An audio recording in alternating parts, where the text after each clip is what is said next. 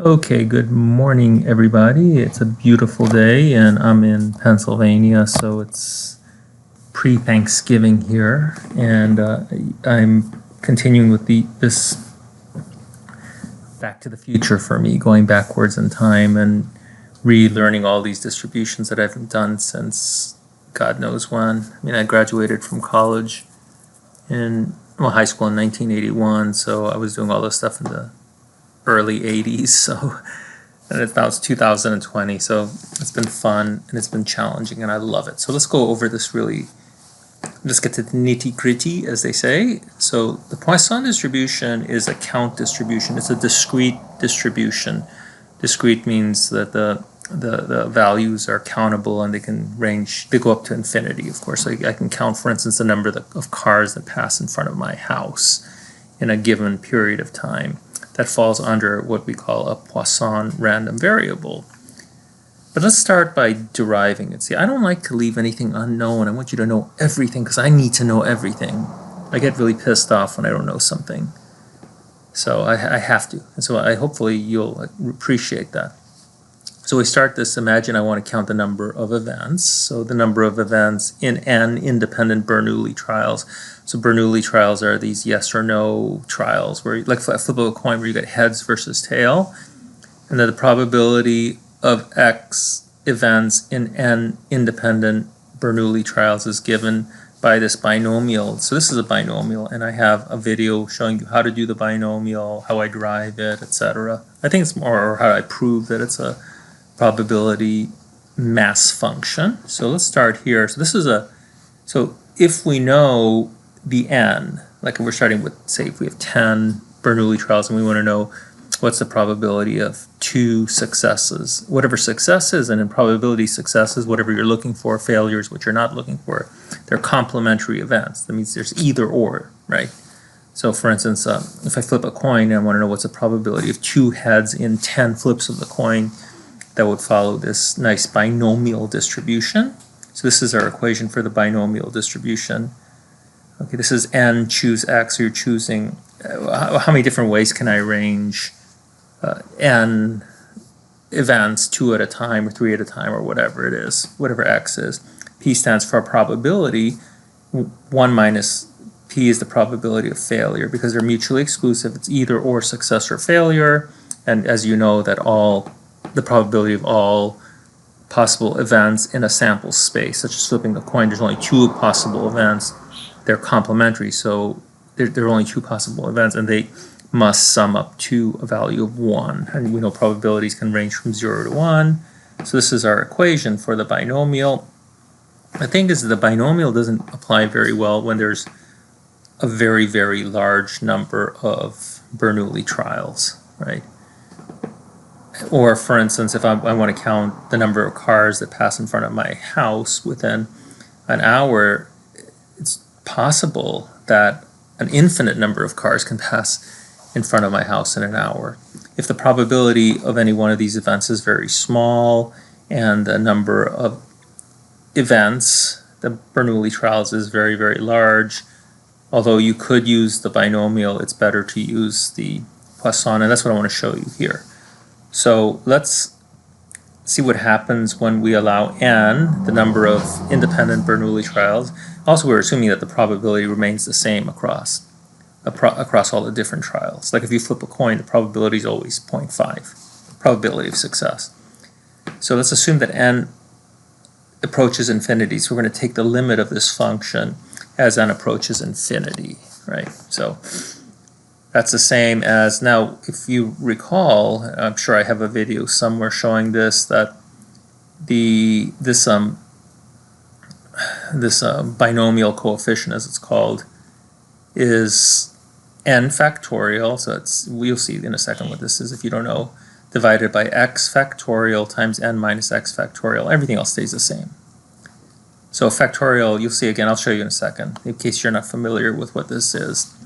So since this is starting as a binomial, the expected value in a binomial, or the expected number of successes, is n times p, right? N times p, where n is the number of trials and p is the probability. So if we rearrange this equation, if we if we rearrange the equation, we get P is equal to, so we're dividing both sides by n, lambda divided by n. So this lambda is the expected number of events, and this is a key parameter in the Poisson distribution. I like saying Poisson. It might be a fish, right? Isn't that in French? Poisson is a fish. So this is equation 2. So let's rewrite equation 2 now, substituting lambda over n for p. So that's what I did here. I substituted lambda over n for p. Everything else stays the same. And let's see, I separate this. So this is the same as lambda to the power x divided by n to the power x. I didn't do it. There's nothing unusual here. And I separate this term, make it 1 minus lambda over n to the n power times 1 minus lambda over n to the minus x. Again, the product is similar to with when we're involving powers, is like the addition of those two terms, right? So that's basically what I did here, right? And let's see. Now we can pull out the lambda to the x. You'll see this is the limit is n. It has nothing to do with x or lambda. So we can pull out the lambda. This is a constant. And lambda to the x over x factorial times the limit of as n approaches infinity of the rest of these terms here. So we're going to deal with this for one term at a time. So let's deal with just this first term right here. Limit as n approaches infinity of n factorial over n minus x times n to the raised to the x power times n minus x factorial. So we're just dealing with this term right here. So I separate these to make it easier for you, because this is actually kind of a fun little thing here. I love it. It's awesome. So n factorial, what is n factorial? That's the same as n times n minus 1 times n minus 2 times n minus 3 all the way to n minus x. Now I left n minus x plus 1 here, right? So I just go 1 above, the term above n minus x factorial for a reason. As you can probably surmise, is that I'm going to want to get rid of these two. So these are products, so I can actually cancel these two terms out here, and that's exactly what I did. Right, so what I'm left then is n times n minus 1, all the way down to, I like saying to n minus x plus 1. Right, so this is what I'm left with, because I eliminated these terms. Now here's the fun part. There's x of these terms. You can count it up, you can try it on your own. There's x of these terms, and we have n raised to the x power here. So basically we have an n to go with each of these terms up top. Since n is approaching infinity, these constants like minus 1, minus 2 are negligible. So basically what we're going to have is n over n in all these terms. So basically this ends up being 1, so we just got rid of that term. Isn't that freaking awesome? I love it. So our next equation, so we don't need that first term anymore, is now lambda raised to the x power over x factorial times the limit as n approaches infinity of these two terms here. So let's deal with this second term now. Well, as it turns out, Euler's number, E, is the same as this function here as x approaches infinity, 1 plus 1 over x to the x power. You can look this up. You can derive it on your own. I'm deriving some of these here for you and others. But so since that's E, this is what we want, but we have this instead, right? Kind of looks like it, but it's not the same. So we need to make this term look like this term. And what we do here is we substitute. We let x equals minus n over lambda. And if you plug that into this equation, you'll see that it works. Okay, and so then n is equal to minus x times lambda. So I solve for n here because we have an n up here, right? So we're going to substitute in, and what we get is, it almost looks like the term, right? Because it's E is equal to limit as x approaches infinity of 1 over 1 plus 1 over x to the x power, right? So they look the same, except for we have to add this limit over this negative lambda here. That's it. So this is already looking beautiful. Now we distribute this limit to the other term as well, right? Because there's this one term left over here. So this is going to end up equaling e to the minus lambda, again, because you have this negative lambda here in front of the x. So that's the only thing that differentiates this equation here from the ideal, right? These two are only differentiated by this power of a negative lambda. So then we get, so we're almost done now, because this is starting to look like the Poisson probability mass function. So we have this left, and the final term is limit as n approaches infinity of 1 minus lambda to the n to the negative x power. Well, as n gets, as you can imagine, as n approaches infinity, this term lambda over n approaches 0, so this is 1 raised to some power, regardless if it's a numerator or denominator. When it's a negative, the denominator is still going to equal 1. So this last term becomes 1, and what we're left with is this probability mass function right here, which is actually your PMF for the Poisson distribution, or at least we think it is. We have to prove that it's a PMF. You can't just say it's a PMF. But what do we know? We know that, and I mentioned this a moment ago, the sum of all possible events in a sample space must equal 1. So this probability mass function is supposed to be the probability of every possible event in a sample space. So as we go to infinity, it has to, if we add up all possible events, it's got to equal 1. So to prove this, we have to show that the summation of, and it's a sum because this is a discrete random variable. If it was a continuous random variable, we'd integrate, and you've seen that in some of my other videos. So it has to equal 1, it has to summate to 1. So let's do that next. Yes, so we're summing from x equals 0 to infinity of this term. Again, so this is, we're doing everything over x. So as you can see, this lambda, e to the negative lambda doesn't involve x. We can pull that out as a constant. Right, okay, so now here's some more fun stuff. I like these Taylor series, and there's some really good written descriptions of the Taylor series and why you don't have to memorize it, how you can actually derive it every time. It's awesome. So maybe if somebody asks, I'll provide those links to those journal articles. I forget everything. So let's expand. So basically we're doing a Taylor expansion for the exponential function. This is the natural exponential function because e is, we're talking about the natural log, right? Or Euler's number in this case, right? As the base. So the Taylor expansion of this is 1 plus x over 1 factorial plus x squared over 2 factorial. That it goes on and on. So if you want to look at what the Taylor expansion is, it's actually this equation. So it's f to the jth derivative, but you start with the 0, the first, etc. derivative of this function, and this is the exponential, natural exponential function. And I put c in here as a term, right? So times x minus c to the j over j factorial. If we let c equal 0, because basically we're solving this when we set c equals 0, or in this case x. When you take the derivative of a function with x, if it's a function of x and x is equal to 0, we get the slope of the line. So we take the jth derivative and set it equal to 0 here, and let c equal to, right, c is equal to 0. Let's see. If c, it should be if just let this, if x equals c here, okay. So, and then in this case, we let c equal 0, right?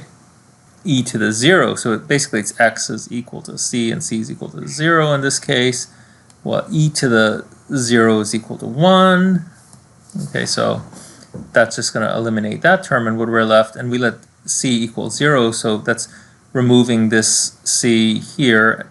As far as I remember, the Taylor series is a Maclaurin series when c is equal to 0.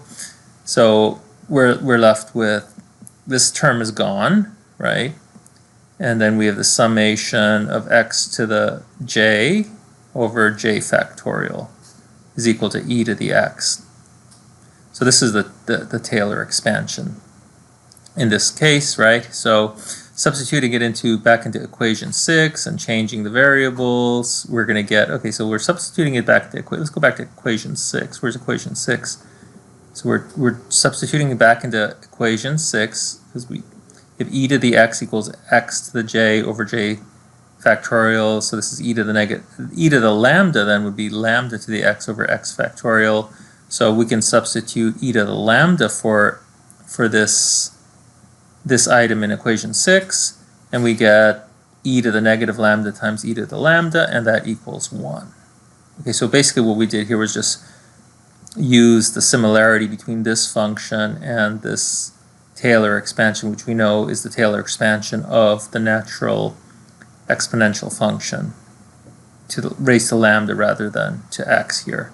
So this is basically becomes e to the, this piece here becomes e to the lambda. So we got e to the lambda times e to the negative lambda, which is the same as e to the 0 because you'd add together these terms, which equals 1. Booyah, how awesome. All right, so let's look at the expected value of the Poisson random variable. So the expected value is calculated. We can do it in many different ways, but here I'm just going to show you how a very simple way to calculate it. The expected value is always x times the probability distribution function. In this case, it's x times the probability mass function. So it's x times what we had done before, right? The summation from x equals 0 to infinity. Now, the reason I change this to x equals 1 to infinity, because when x is equal to 0, this term is just 0, because 0 times this probability mass function is 0. So let's just start at 1 instead, and it'll help us out. Anyway, and we're summing over x, so we pull out this e to the negative lambda here. So we've got e to the negative lambda times x to the x times lambda to the x over x factorial. Okay, so we need to get rid of this x, and an easy way to do it. There's a lot of clever little tricks you do in math. So in this case, you just start this factoring process. So it's x times x minus 1 factorial, right? So the x's will cancel out. So you get e to the negative lambda. Again, it's sum from x equals 1 to infinity of lambda to the x times x minus 1 to x minus 1 factorial. So this is kind of looking like what we just did now with that Taylor expansion, except for these terms are not equal. You have an x minus 1 here and you have an x up here. So we really want to make these the same, right? So this is what I want. So I can change this to lambda to the x minus 1 by taking away a lambda. I'm stealing a lambda from this term, and again, lambda is not dependent on x, so this is a constant. So we change this equation to lambda times e to the negative lambda, the sum from 1 to infinity of y of lambda to the x minus 1 over x minus 1 factorial. So we're almost there, though. If we let y equal x minus 1, so now this is going to be y, and this will be lambda raised to the yth power.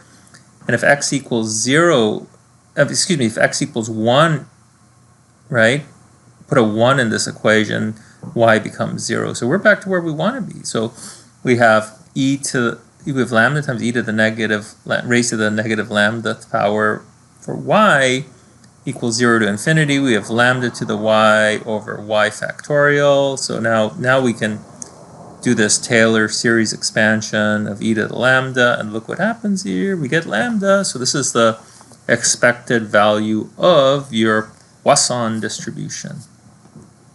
Yes, almost done. Almost done. We've got one last thing to do. It's not enough to just have the expected value. We also need the variance, right? You need the mean and the variance for everything. So let's find the variance. So let's look at equation 9 here. So, and I've done this in a different video where I derive this what I call a simpler variance equation from the more complicated. Although neither of them are that complicated, especially if you use Excel. You can see in my videos how I do that. So the variance of x is the expected value of the difference between x and the mean squared. And again, I explained in the videos why you have to square these. This transforms to the expected value of x squared minus the expected value of x squared. Well, we already did this one, right? we already did the expected value of x. We know it's lambda, so we know this term is going to be lambda squared, so we can remove that. And let's just focus on this first term here, the expected value of x squared. So then again, we know the expected value of some term is that term times the probability. Times the probability mass function here. And again, if you let x equal 0, this goes to 0, so we'll start at 1. So x equals 1. X squared lambda to the x e to the minus lambda over x factorial. You know you can remove that e to the negative lambda as we did before, because we're summating from over x from 1 to infinity. So we're left with these terms. Now, here comes the clever stuff. We have to do some clever stuff here. We have to do some clever stuff. And I'm back with the x equals 0 to infinity here, just to show you what I'm going to do. All right, so we get x times x. This is the x squared minus x. So I'm adding this term here. I'm adding this negative, right, minus x here, which doesn't exist. So since it doesn't exist, I'm just going to add another x. So basically these two terms, when they add together, are 0. So they really do nothing yet. And we multiply this times the rest from the PMF, probability mass function, lambda to the x, e to the negative lambda over x factorial. Again, we can pull out this e to the minus lambda because it's a constant. And then we distribute the remaining, the lambda to the x over x factorial, right? So we get this first term times lambda to the x over x factorial plus the second term, the x, right? So this is all part of our evil plan, right? It's part of our nefarious plan. So then, let's see, we can distribute this summation and those e to the negative lambdas, since this is a product here of two different terms. So what do we get here? Oh boy, this one we've done before. So we know that this is equal to lambda. We just did that, right? We just did the expected value, and we know it's equal to lambda. So if you just look up the previous equation for the expected value, this is what we got. So we know that's lambda, so that term's done. So we have one term left here, but it's a tricky one. Now notice that instead of x equals 0, I did x equals 2. Why did I do that? Because we know that if x equals 0, this whole piece is going to equal 0, right? If x is equal to 1, this is going to be 0. 1 minus 1 is 0, so we're still in trouble here. And again, you saw how I did this earlier, so I don't have to repeat it. Why, how I transformed this to y, and etc. So you don't have to worry about that right now, because I already did this before. So just look at the prior equation for the expected value. So what we do instead is we start at x equals 2. There's no problem there at all. All right, so that's the first thing that we do.